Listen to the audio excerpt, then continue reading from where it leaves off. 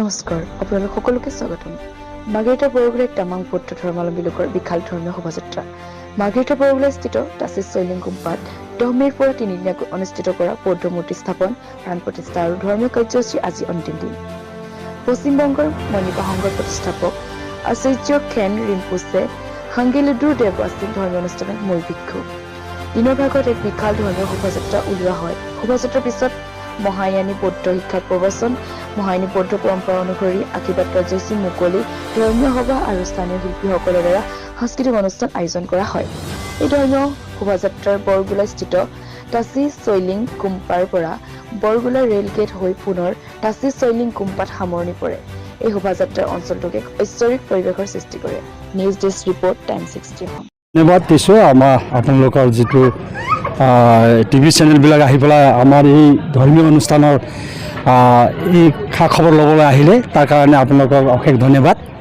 বিশেষকৈ আমি আজি ইয়াত তিনিচুকীয়া জিলা অন্তৰ্গত মাৰ্ঘেৰিটা সমষ্টি বৰগোলাই আমাৰ ইয়াত এই ফুটবল গ্ৰাউণ্ড ফিল্ডৰ ওচৰত আমাৰ তামাং বুদ্ধিষ্টসকলৰ এখন বৌদ্ধ ধৰ্মীয় এখন গুম্পা, তামাং ভাষাত গুম্পা বুলি কয়, এনে আমি জেনেৰেলি ইয়াক মানে বৌদ্ধ মন্দিৰ বুলি কয়।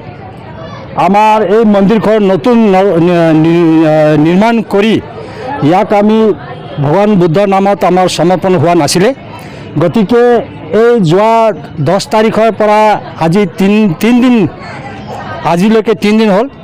আমি যোৱা 10 তাৰিখৰ পৰা কালিলৈকে আমি বুদ্ধ মূৰ্তি প্ৰাণ প্ৰতিষ্ঠা কৰা হ'ল আৰু আজি বুদ্ধ প্ৰাণ প্ৰতিষ্ঠা ভগৱান বুদ্ধক গুম্পা নৱনিৰ্মিত গুম্পাখন সমৰ্পণ কৰা হ'ব। তাৰপিছত আৰু আমাৰ মহাগুৰু আচাৰ্য খেম ৰেম্পোচে, য'ত কি ৱেষ্ট বেংগাল জয়গাঁৱৰ পৰা তেখেত আহিছে আৰু আহি পেলাই যোৱা 10 তাৰিখৰ পৰা আমাৰ এই পূজা পাঠবিলাক চলি আছে। আজি লাষ্ট অন্তদিন, গধূলি প্ৰায় 2টামান বজাত ইয়াত আশীৰ্বাদৰ প্ৰাৰ্থনা হ'ব আৰু এই এতিয়া কিছু সময় আগত ইয়াত আমাৰ বিশ্ব শান্তিৰ এখন ইয়াত পাঠ পূজা হৈছে। প্ৰায় 2 ঘণ্টামান ইয়াত আমাৰ বিশ্ব শান্তি ইয়াত পাঠ সম্পন্ন কৰা হ'ল। তাৰপিছতে আমি এতিয়া শোভাযাত্ৰা, যিবিলাক শান্তি শোভাযাত্ৰা ইতিমধ্যে ওলাই গৈছে। ইয়াৰ গুম্বা পৰিসৰৰ পৰা আমাৰ সেই বৰগোলাই ৰেলৱে গেটলৈকে আমাৰ শোভাযাত্ৰা গৈছে আৰু ইতিমধ্যে আহি পাবহি।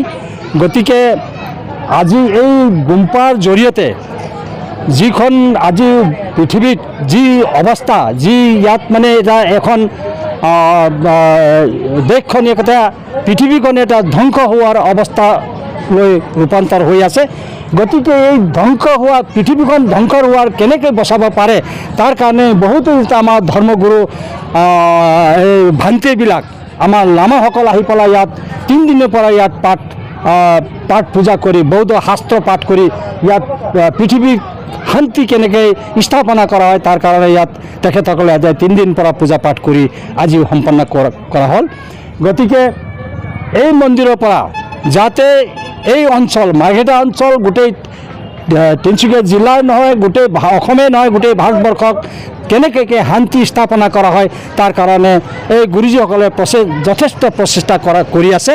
গতিকে আপোনালোকৰ চেনেলৰ পৰা মই এইটোৱে জনাব বিচাৰোঁ যে আজি যিটো 2টা বজাৰ পৰা ইয়াত ধৰ্মগুৰুৰ দ্বাৰা যিটো আশীৰ্বাদৰ প্ৰাৰ্থনা হ'ব আৰু বৌদ্ধ ধৰ্মৰ এটা প্ৰবচন হ'ব, সেই প্ৰবচন শুনিবলৈ কাৰণে আৰু তেখেতৰ পৰা আশীৰ্বাদ পাবৰ কাৰণে যাতে গোটেই মই মাৰ্ঘেৰিটা লিডু বৰগোলাই নহয়, মই গোটেই অসমবাসী ৰাইজক আহি পেলাই তেখেতে এই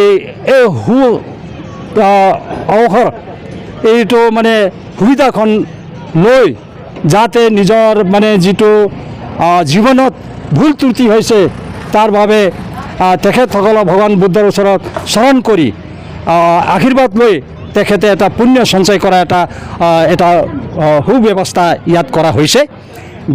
সম্প্ৰীতি আৰু ঘৰ পৰিবাৰৰ এটা শান্তি পৰিৱেশ যাতে আপোনালোকে পায়, সেই কামনা কৰি মই আকৌ এবাৰ পুনৰ মাৰ্ঘেৰিটাবাসী ৰাইজক আৰু গোটেই বৌদ্ধ মাৰ্গী যিমান বৌদ্ধ ধৰ্মীয় লোকবিলাক আছে, হিনিয়ান হওক মাহায়ান হওক, সকলো হিনিয়ান মাহায়ান বুদ্ধই নহয়, বিভিন্ন জাতি ধৰ্ম বৰ্ণ জনগোষ্ঠীৰ মানুহে আহি পেলাই ইয়াত ভগৱান বুদ্ধৰ চৰণ পৰি তেখেতসকলে আশীৰ্বাদ যাতে লয় এই কামনা কৰি